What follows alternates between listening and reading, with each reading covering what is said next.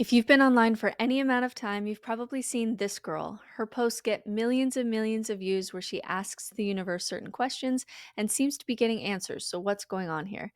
Hi, my name is Britt Hartley. I'm an atheist spiritual director and I specialize in secular spirituality, which is all the tools without the woo.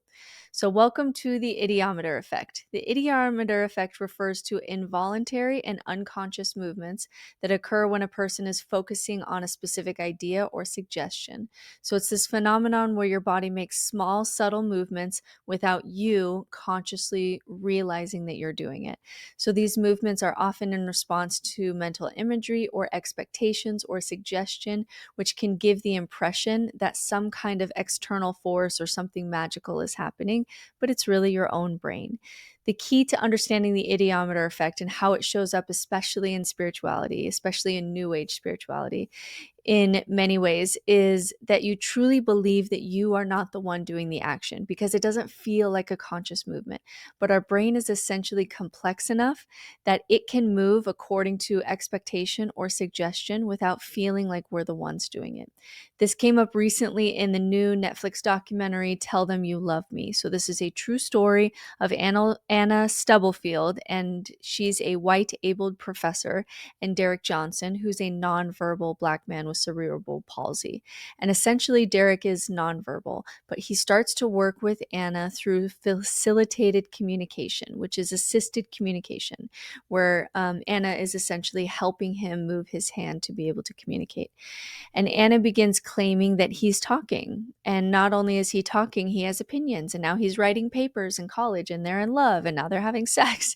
And this documentary centers on whether Johnson, who is nonverbal, could communicate through facilitated communication and give consent. And the court initially answered no to the question of consent. And Anna Stubblefield was sentenced to two 12-year terms in 2015. But that was overturned and she was released after 2 years. The ethics around this case, there are many ethical debates that you can have and have a discussion on, but what I want to focus on is this idea of facilitated communication, because even though this professor is way out of line by having sex with Derek on a number of levels, it is truly possible because of the ideomotor effect that she believed she was talking to Derek and falling in love with Derek. And actually, she was talking to herself and subconsciously creating Derek's responses based on who she wanted him to be. And it is possible that she could truly be ignorant of that process. So, for example, facilitated communication isn't supported today, except in certain circumstances, because it has been debunked. If you give a facilitator and a nonverbal client a picture of a duck, they will spell the word duck together. But if you give a picture to the facilitator of a dog and the nonverbal client a mop, they will spell dog, which is what the facilitator saw, not what the nonverbal client saw.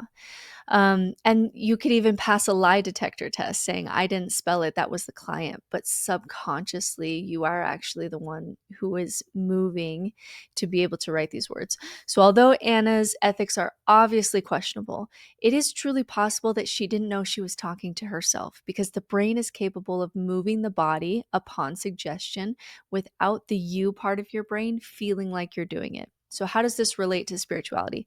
There are various tools like dowsing rods or Ouija boards, or holding a ring and doing pendulum swinging, or doing muscle testing. My mom does this. She'll go into a store and she'll look at supplements and she'll do energy testing to have her body tell her if she needs that pill.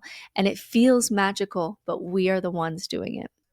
Let's look at dowsing rods. Dowsing rods are tools traditionally used to find underground water or other hidden objects. They usually are just two L-shaped metal rods that are held loosely in each hand. Earlier versions were made of wood, and the person walks over the area, and the rods will cross or point downward when the object being sought is located beneath them. And this practice of dowsing, which is also called water witching or divining, dates back centuries in Europe, especially during the Middle Ages, and was brought to America by European settlers in the 17th and 18th centuries. You can see it in our cartoons. You can see it in pioneer times. You can see it with Joseph Smith. Joseph Smith claimed to be able to, find hidden objects. In rural parts of the United States, particularly in the 19th and early 20th centuries, dowsing became a popular method for locating water on farmland and being able to know where to dig wells. And the rods were thought to react to the presence of water, guiding farmers to the best locations for wells and finding other things. So, despite the rise of scientific methods for locating groundwater, dowsing continues to be used in some areas today, especially in rural communities and especially during times of drought. So, as the dowser walks, even the smallest undetectable movements of their hands can cause the rods to cross or move in a particular direction. And these movements align with the dowser's expectation on where they believe the water or the object should be, creating the illusion that the rods are responding to something external, but it's really just you. So, at best, these dowsing rods can help you tap into your own intuition and your own subconscious knowledge on where water could be based on your own expertise or experience in this place. At worst, they're sold as magical and they've been debunked with a variety of scientific experience over decades. This has been debunked. But dowsing rods have also been used to find other things. So, like in 2014, this is not that long ago, a British couple was sentenced for making something like dowsing rods that they claimed were bomb detectors. And in fact, there are some places like in Iraq or Pakistan that will use something like a dowsing rod to search for explosives or even cocaine. But this couple marketed these dowsing rods. They just like bought the plastic from China. They were making it in a shed in their backyard. They sold them as dowsing rods that would help you to find bombs. They made millions of dollars and people died. Like people blew up because they were trying to use these devices that didn't work and they ended up going to jail. In America, during times of drought, you'll see water witchers or people using dowsing rods will resurface again as people become superstitious and hope to find water any way they can. There's no evidence that it works, but people will swear by it, and you usually pay about $500 per visit for someone to come walk over your property with dowsing rods and tell you where to dig a well. But most of what you see of dowsing rods now is on TikTok, where people by the millions will ask these, usually women, questions like, are the aliens coming? Is Trump going to be president? Should I leave my boyfriend? Is there life on other planets? And the hilarious thing is that all the dowsing rod experts who do this, they're all getting different answers. I couldn't find the clip, but there was someone who had actually gathered clips of similar questions, like aliens would be a common question. And all the dowsing rod experts on Instagram or TikTok, they're all getting different answers because this is not the universe talking to you. This is just accessing your own opinion on the matter through suggestion, and your body responds with a movement that makes a yes or a no. So all you're really doing is asking some 20-year-old questions about the universe, and you're getting her answers, which is insane because they're making a lot of money doing this. This also relates to various kinds of energy work. Like this lady I found the other day who claims to be manipulating energy by pushing a rock off of her hand, and it's just the ideomotor effect. She may not feel like she is doing it, but the suggestion is enough to have her body drop the rock without her feeling like she's doing it. So, in the spiritual space, as I continue on this YouTube channel, hopefully, there are many hundreds of even cognitive biases that we're going to talk about that affect spiritual spaces and make us very superstitious. We're going to debunk all of that. But the ideomotor effect is unique in that it utilizes the body in a way that doesn't feel like you're the one doing it. And that can feel like magic. But as always, it's just happening at the level of your brain. Now, you can use tricks like this to actually access your own mind, your own thoughts, your own intuitions, sure. But I would argue that we have better tools for that don't require any belief in magic or temptation to feel like this effect is real. But it is possible that some people use this without any belief in the supernatural just to access their own kind of subconscious thoughts or intuitions. And I'm not really against that. I would just argue that there are better tools for that don't require, that aren't so tempting to be sucked into the magic of it.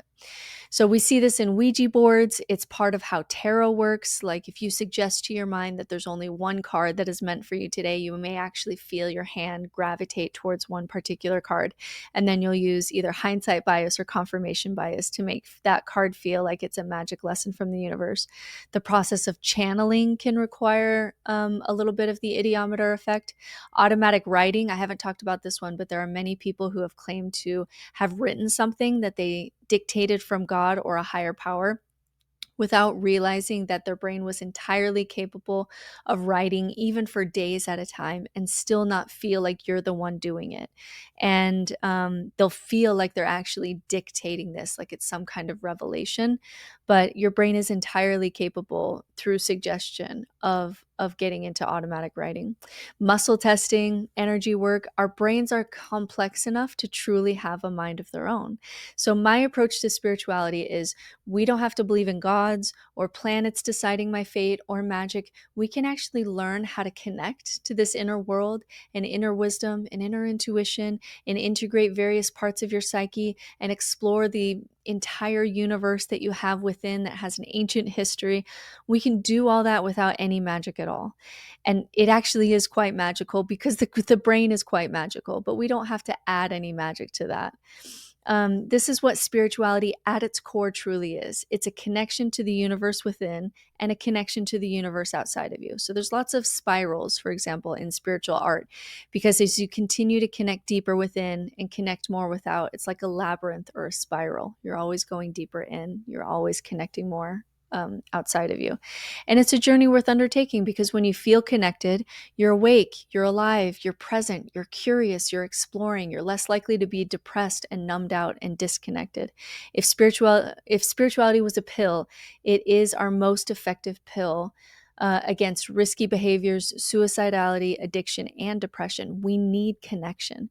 And we can, perhaps for the first time in history, really truly live lives of meaning and connection and awe and transcendence and even spirituality without the supernatural or the superstitious, without playing games with gods and devils, because it's all happening in your own brain. So stay tuned for more no nonsense spirituality. Check out my course on my website if you are super curious about how to do secular approach spirituality, where you get all the tools and benefits of this deep inner work without having to believe the unbelievable or jump through hoops of belief in order to get those tools. Stay tuned for more.